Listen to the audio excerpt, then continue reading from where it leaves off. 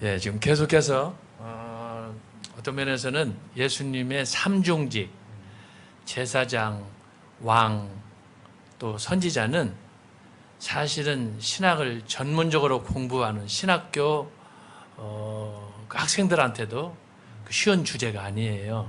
근데 오늘 이 주제를 유튜브를 보시는 여러분들과 함께 이걸 풀어서 쉽게 대화를 나누는데, 이게 한 주제가 굉장히 압축된, 또 성경에 가르치고자 하는 그 핵심 내용들을 포함하고 있습니다. 그래서 삼중직, 제사장과 왕과 선지자를 잘 여러분이 이해하면 결국은 뭐냐?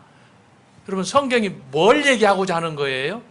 예수님께서 요한복음 5장 39절에서도 말씀하시기를 성경은 곧 나에 대해서 증거한다, 그렇게 말씀했어요. 요한복음 5장 39절 같이, 너희가 성경에서 영생을 얻는 줄 생각하고 성경을 상고하거니와 이 성경이 곧 내게 대하여 증거하는 것이로다. 여러분, 성경은 예수님을 증거하는데 예수님이 삼중직을 갖고 계신 거예요. 제사장, 왕, 선지자. 그런데 이 세 가지를 가지고 있는데, 지금 교수님들 말씀 계속해서 우리가 지금 세 번째 시간으로 집중적으로 논의하는데, 하나님께서 우리에게 은혜로 삼중직을 다 주셨어요. 그것은 아담에게 주신 그 놀라운 축복을 저희들에게도 주신 거예요.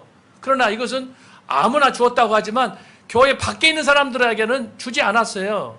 오직 예수 그리스도를 믿는, 예수를 주님으로 시인하는 당신의 자녀들에게 베드로전서 2장에서 말한 것처럼 만인 제사장으로, 여러분, 만인 제사장으로 저와 여러분을 세웠다는 것은 이게 보통 특권이 아니에요. 예? 근데 예수님께서 우리에게 만인 제사장으로 세우셨지만 동시에 우리에게 모두에게 선지자로 세우신 거예요. 왕으로도 세웠어요. 그렇기 때문에 우리가 주님이 재림하시면 천국 가면 그 권세를 함께 누리는 거예요. 이 자체가 은혜인데, 제가 여러분에게 지금 말씀드리려고 하는 요지는 뭐냐? 그러면 하나님께서 이렇게 성경 말씀을 통해서 당신의 귀한 그 직분을 예수 그리스도를 통해서 이렇게 나타내 보여주시고, 그래서 예수님에게 주셨던 그 놀라운 직분, 제사장과 왕과 선지자직을 우리들에게도 하게 주셨는데, 제가 들고 싶은 메시지는 뭐냐? 세 가지예요. 하나님께서 오늘 두 분 교수님께서 말씀하셨습니다. 모두에게 이렇게 선지자직도 가질 수 있고 제사장직, 왕직을 가질 수 있다고 하셨는데, 중요한 건 뭐냐? 이거에 대한 확실한 소명의식을 가져야 된다는 거예요. 네? 여기서 조심할 건 뭐냐 그러면, 하나님께서 모든 크리스찬들에게 소명의식을 주었는데 그러면 너나 나나 선지자로서 막 행동해도 되느냐? 그게 아니에요.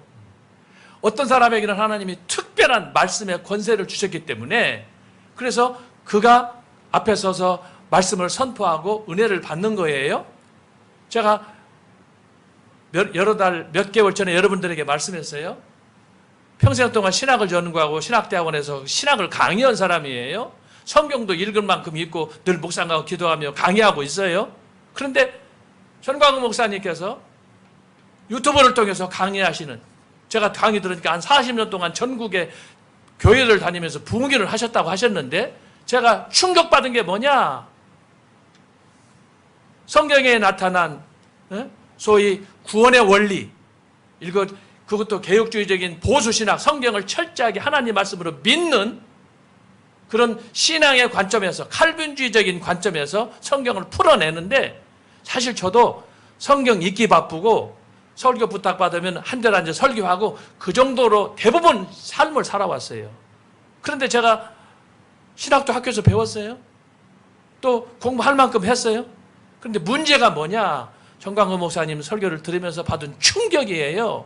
그건 뭐냐? 창세기부터 계시록까지 수많은 주제를 통해서 다양한 관점에서 성경을 해석한다고 하는 거예요. 근데 그 중심이 뭐냐? 언약과 구원이라고 하는 거예요.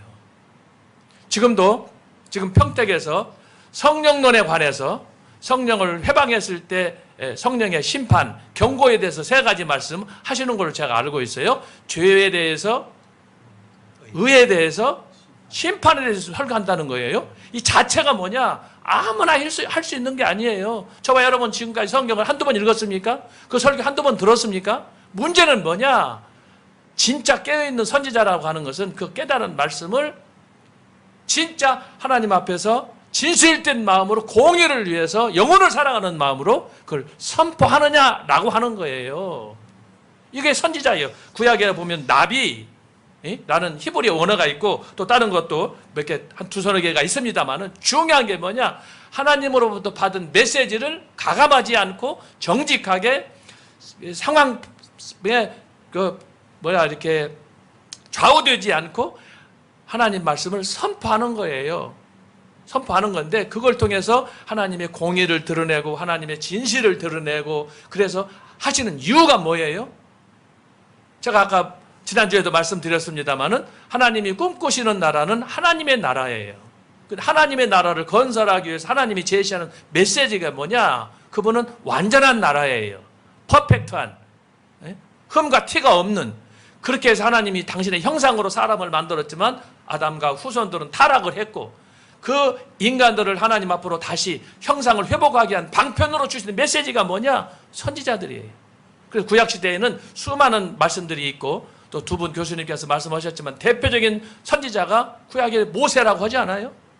그리고 이것을 좀 더 후시대에 가면은 대선지, 소선지라고 하는데 대선지자 5, 소선지자 12, 17분이 이사야로부터 예레미야로부터 에스겔로부터 다니엘로부터 아모스로 호세아로부터 이들이 한 역할이 뭐냐?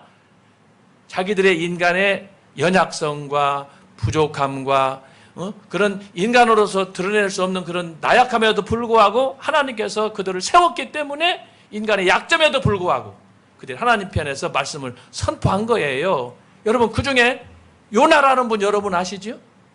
요나는 어떤 사람이에요? 자기 인간적인 생각으로 따지고 판단했던 사람이야. 요즘식으로 말하면 아주 못된 사람이야. 그런데 하나님이 그런 요나 같은 사람을 써서 이방 나라에 가서 나는 너의 민족 이스라엘만 사랑하지 않는다. 나는 이방인도 사랑한다. 그러면 그 멸망받을 그 니느웨 아시리아의 수도에 가서 네가 복음을 전해라. 싫은데도 가는 거예요. 가서 말씀을 선포했더니 그곳에서 기적이 나타났지 않습니까? 요나서 4장 보면은요, 심지어 동무들까지라도 다 은혜를 받았어요. 동무들까지라도. 하나님 역사가 얼마나 강력하게 임했는지. 그곳에 12만 명이 구원받고 그걸 불만을 느끼고 그럼에도 불구하고 하나님은 요나 같은 사람을 써서 당신의 뜻을 나타내 보여주셨다고 하는 거예요. 이걸 보면서 제가 느끼는 게 뭐냐? 하나님은 저와 여러분에게 모든 은혜를 선지자가 될 수 있는, 제사장이 될 수 있는 이런 특권을 주셨지만 아무나 선지자도 할 수는 없다고 하는 거예요. 그래서 우리 전 목사님 같은 경우 제가 말씀을 했지만 성경을 해석하는 그 흐름, 잡는 주제, 선포하는 내용을 통해서 당신이 원하시고 뭘 얘기하고자 하는 그 중심의 의지, 그것은 한 사람이라도 구원받고 당신의 백성으로서 바르게 살고 그런 사람들이 모여서 예수 한국을 이루고 이것이 더 나아가 휴전선을 지나서 남북 통일을 이루고 자유 통일을 이루고자 하는 이런 여러분 21세기판 이런 애국자는 없어요. 그런 면에서 제가 감동을 받고 성경에 나타난 여러 다양한 주제들 제가 여러 번 말씀했습니다마는 성경에 나타난 7대 절기, 5대 제사, 그 다음에 성경에 나타난 다양한 그런 주제들 지난번에 말씀했지만 이스라엘의 양육 원리 이런 것 자체가요 사실은 파격적이에요. 우리가 설교하지만 그런 주제를 가지고 시리즈로 설교한 지 거의 없어요. 근데 그 서브젝트 하나하나가 다 아주 심오한 성경 전체를 통괄한 총합된 압축된 그런 주제들이 거기에 내포되어 있는 거예요. 제가 그래서 이건 보통 사람은 할 수 없는 전 목사님만의 탁월한 영적 통찰력이 있다. 그렇기 때문에 제가 나서서 이렇게 말씀도 나누게 되고 함께 교제하게 되는 건데, 그래서 여러분 여기서 중요한 건 뭐냐? 하나님이 저와 여러분에게 제사장으로 부르시고 선지자로 부르시고 전 목사님을 그중에 리더로 세운 거예요. 여러분 그렇기 때문에 함부로 맘먹고 너나 나나 똑같다 그러면 안 되는 거예요. 왜 하나님께서 우리에게 직분자를 주셨고 왜 장로를 세우시고 집사를 세우시고 권사를 세우시고 그럽니까? 그 직분을 통해서 하나님의 역사를, 하나님의 나라를 세우는 데 있어서 도움을 주게 하는 건데 거기에 질서가 있는 거예요. 예수님의 12제자 안에서도 질서가 있는 거고, 심지어 모세, 아론과 더불어 일하게 했지만 아론이 형이라고 그래가지고 모세 무시하니까 어떻게 됐습니까? 여러분, 영적 권위라는 것은 하나님이 주신 거기 때문에 우리가 섣불리 함부로 월권하면 안 되는 거예요. 너도 하니까 나도 한다. 이것은 하나님의 법에는 없는 거예요. 그렇기 때문에 우리가 교수들이고 지금까지 평생 동안 신앙을 가르치고 수많은 사역들을 했지만 전광훈 목사님을 존경하는 이유가 뭐냐?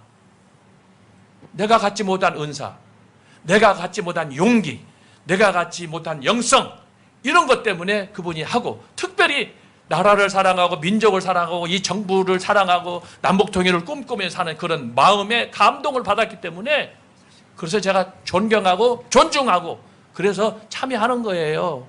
그래서 여러분, 선지자란 단순히 말로만 이렇게 썰을 푼다고 되는 게 아니고 바르게 앞에 서서 리더하면서 사람들을 가르치면서 또 교훈하면서 그러면서 삶으로, 저는 아직 전광훈 목사님 사택 한 번도 가보지 않았습니다만은 주변에서 듣는 이 얘기로 30년, 40년 전에 그 학구방에서 사신다는 거예요.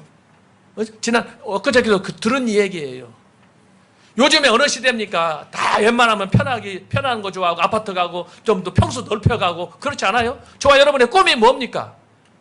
평수 넓은데 좋은 시설이 있는데 갑자기 부동산 올려니까 또 투자하고 싶어서 강남으로 가고 싶은 마음이 있지 않아요? 그런데 여러분, 지금이 이런 시대예요. 21세기. 최첨단화된.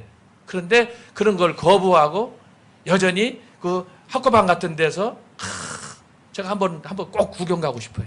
답사 현장에 가고 싶은데 제가 한두 번 들은 게 아니에요. 여러분, 구약에 하나님의 선지자로 사용했던 종들은 이사야서 아까 말씀하셨지만 하나님 앞에서 그 영광을 보고 나서는 내 입술을 찢어달라고 하고 하나님 앞에서 두려워 떨고, 그게 다 누굽니까? 호세와 같은 사람은 어떤 사람이에요? 이건 인간적으로는 도무지 수용할 수 없는 거예요. 그런데도 불구하고 하나님께서 가라. 그러니까 고멜한테 가잖아요. 고멜이 어떤 사람이 요즘 같은 미친년 아닙니까? 쓰레기 아니에요, 쓰레기. 우리 주변에 그런 사람 많아. 겉으로는 말장난 같지만 정말 하나님께서 이스라엘을 해서 너희들은 세상에 음녀 중에 음녀라 그러잖아요. 음녀가 뭐예요? 하나님을 섬기지 않고 우상을 섬기고 돈을 사랑하고 자기를 사랑하고, 이게 다 우리가 음녀예요. 뭐 얼마 전에 전 목사님께서 성경 마태복음에 나타난 몇몇 여성들을 가르쳐가지고 뭐 음녀라고 했다고 그렇다고 그러는데, 여러분, 우리는 다 탕자고요. 다 음탕한 사람이고요. 그렇지 않은 사람이 있으면 나와보라고 그래요. 단순히 몇 마디 가지고 꼬투리 잡으면 안 되는 거예요. 이걸 영안이 눌려야 그걸 아는 거예요. 스스로 가슴치고 효역하고 통회하고 자복을 해야지, 그거 가지고 스스로 지가 그러면 의인이야? 뭘 얼마나 해서 의인이야? 얼마나 구제하고 얼마나 전도하고 얼마나 설교하고, 한번 나와봐. 나하고 싸움만 뭘 하게. 어떤 놈들 말이 미친 놈들이 많아 진짜. 지금 남의 약점 찾기가 지금 그런 데다 투자할 시간이 어디가 있어요. 우리가 내 자신의 허물과 죄를 끌어안고 기도하면서 주여 나를 불쌍히 여겨 주옵소서 하고, 주님께서 말씀하시기를 남의 눈에 있는 들보를 보지, 티를 보지 말고 네 눈에 있는 들보를 보라고 그랬잖아요. 남을 비판하지 말고. 그런데 사람들이 자꾸 그런 유형적인 아웃사이드에 이런 크고 작은 일에 관심이 갔는데, 정작 당신 너의 마음을 살피라는 얘기예요. 그래야 우리가 사는 거예요. 우리가 신앙생활하는 이유로는 남절다라고 살아요? 나절다라고 사는 것이지. 그래서 신앙은 1대1의 관계야. 하나님하고 나하고의 관계예요. 남 절대 보고 비교하고 뭐 이렇게 하지 마세요. 전 목사님이 열심히 하고 이렇게 앞에서 그러면 기도해주고 힘내라고 그러고 뒤에서 후원하고 그래야지. 왜 발목 잡아? 그리고 그분이 하고자 하는 메시지의 그 가장 중심, 의미를 잘 이해를 해야 되는 거예요. 음녀라면 뭐라고, 음탕이라면 뭐고, 무슨 문제가 있어요? 탕자라면 무슨 문? 탕자라고 할 때는 문제가 안 되고, 그 성경에 나타난 여인들이 음녀라고 뭐라고? 창녀라고 그랬다고? 저와 여러분들은 다 그보다 못한 사람들이에요. 그걸 영적으로 깨어야 그 의미를 알지. 가슴축 엎드러져야지. 한순간도 주님의 은혜가 아니면 살아갈 수 없는 게 저와 여러분 아닙니까? 그런데 그런 거 가지고 말이야, 조그마한 거 가지고 혹시라도 말거리에 있어서 그걸로 당신이 인기를 얻으면 얼마나 얻겠어요? 그걸로 돈을 받으면 얼마나 벌겠어요? 그런 짓들을 하지 마시고 오히려 이 말씀 속에서 제가 생각하는 것은 하나님이 나를 이 시대에 선지자로 세웠다. 제사장으로 세웠다. 왕으로 세웠다.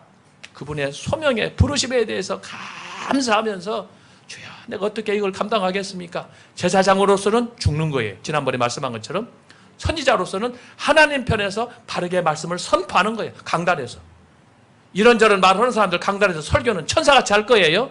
그러나 중요한 것은 성경에서 말하는 선지자들처럼 말씀대로 실천하는 것이 중요해요. 이게 진짜 선지자예요. 썰만 풀지 말고.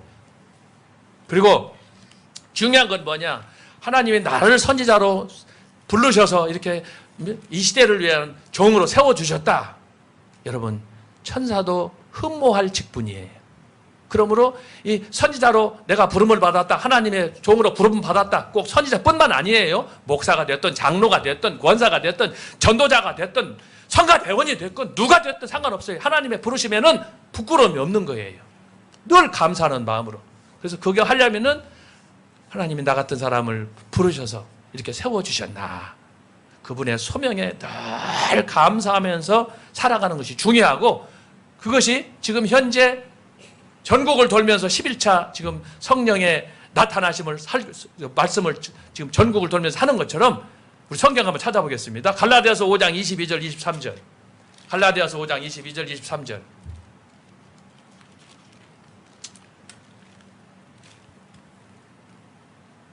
자, 오직 성령의 열매는 사랑과 희락과 화평과 오래 참음과 자비와 양성과 충성과 온유와 절제니 이 같은 것을 금지할 법이 없느니라. 여러분, 저와 여러분이 제사장으로 선지자로 또 이렇게 왕 같은 이 왕직으로 하나님의 전권을 유언받았다고 한다면 이거에 저와 여러분이 목표가 돼야 돼요. 성령의 열매를 맺기 위해서 이 9가지를 붙잡고 날마다 이거 붙잡고 기도하면서 주여 나에게 이런 은혜를 주시고 내가 이 아름다운 성령의 열매를 맺도록 주여 불쌍히 여겨 주옵소서. 여기에 집중하는 것이 저와 여러분의 사명이지 다른 거 아니에요. 그래서 선지자는 자기가 말한 대로 실천하고 살아가고 열매 맺는 거예요. 제가 아까 말씀드린 것처럼 요나 같은 사람도 하나님이 썼어요. 여러분 요나 모르는 사람이 어디가 있어요?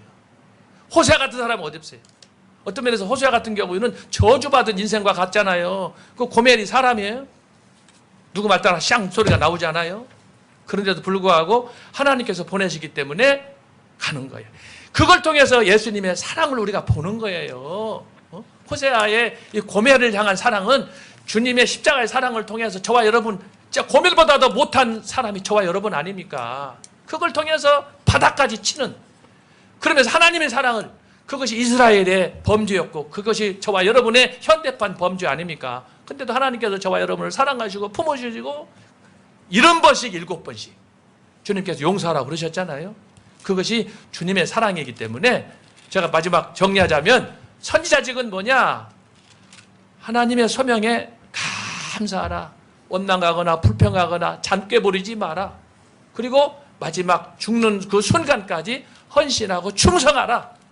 그렇게 해서 하나님의 공의를 이 땅에 드러내고 아까 말씀한 갈라디아서 5장 여기 있는 것처럼 오직 성령의 열매로 하나님 앞에 영광 돌리는 우리의 삶이 되어야 되겠다라고 하면서 여러분에게 꼭 부탁의 말씀을 드립니다.